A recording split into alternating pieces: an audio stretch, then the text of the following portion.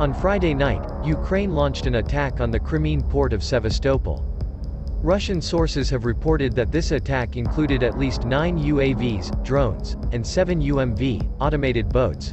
Ukrainian sources have called these claims ridiculous. But however it was achieved, there are reports of damage to a number of Russian naval vessels, including the frigate Admiral Makarov. At least 3 of the ships damaged are reportedly those which were have launched caliber missiles into Ukrainian cities. Images from the event show a series of explosions. In the immediate aftermath, Russian news outlets attributed the blasts to a training exercise. Then Russia claimed that Ukraine had launched their incredible air-sea drone combo punch, but had only taken out a fishing trawler.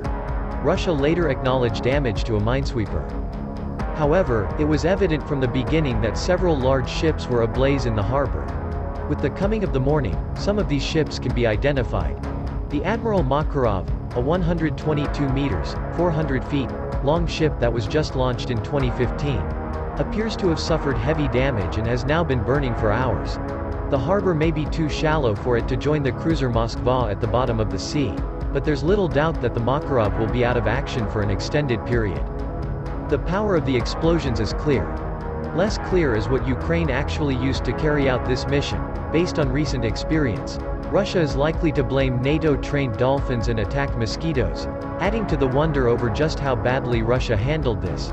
Even on the propaganda front, just minutes before the explosions, Russian officials reported that Ukraine had launched drones towards Sevastopol, but all those drones have been destroyed. In April, Russian ships were forced to move farther away from the Ukrainian coast after Ukraine gave a vivid demonstration of their ability, and of Russia's inadequate defenses, by sinking the Moskva, which was at that point the flagship of Russia's Black Sea Fleet. With the Moskva out of action, Russia needed a new flagship and, this is true, the selection was, the Admiral Makarov. So Ukraine may have just sunk the flagship of the Black Sea Fleet. Again. In September, Russia reportedly relocated its Kilo-class submarines from Sevastopol to the Russian port of Novorossiysk in Krasnodar Krai. This came after a series of explosions in Crimea whose origin seemed to baffle the Russian military. Some planes from Crimean airfields were also relocated back to the other side of the soon-to-be damaged Kerch Bridge. However, Sevastopol is almost 300 kilometers from the nearest Ukrainian-controlled territory, well outside of the longest-range attack from HIMARS and at the limit of operations for the bayraktar drone. Despite the handful of earlier explosions, it seemed that Russia didn't think its Black Sea Fleet was in serious danger. They thought wrong. Those subs over at Novorossiysk better make room. They're likely to have some new neighbors, assuming those neighbors are capable of making the journey. And now I'm going to link my own tweet, because I want to share the meme, and because I can barely resist typing Wessels every time it comes up.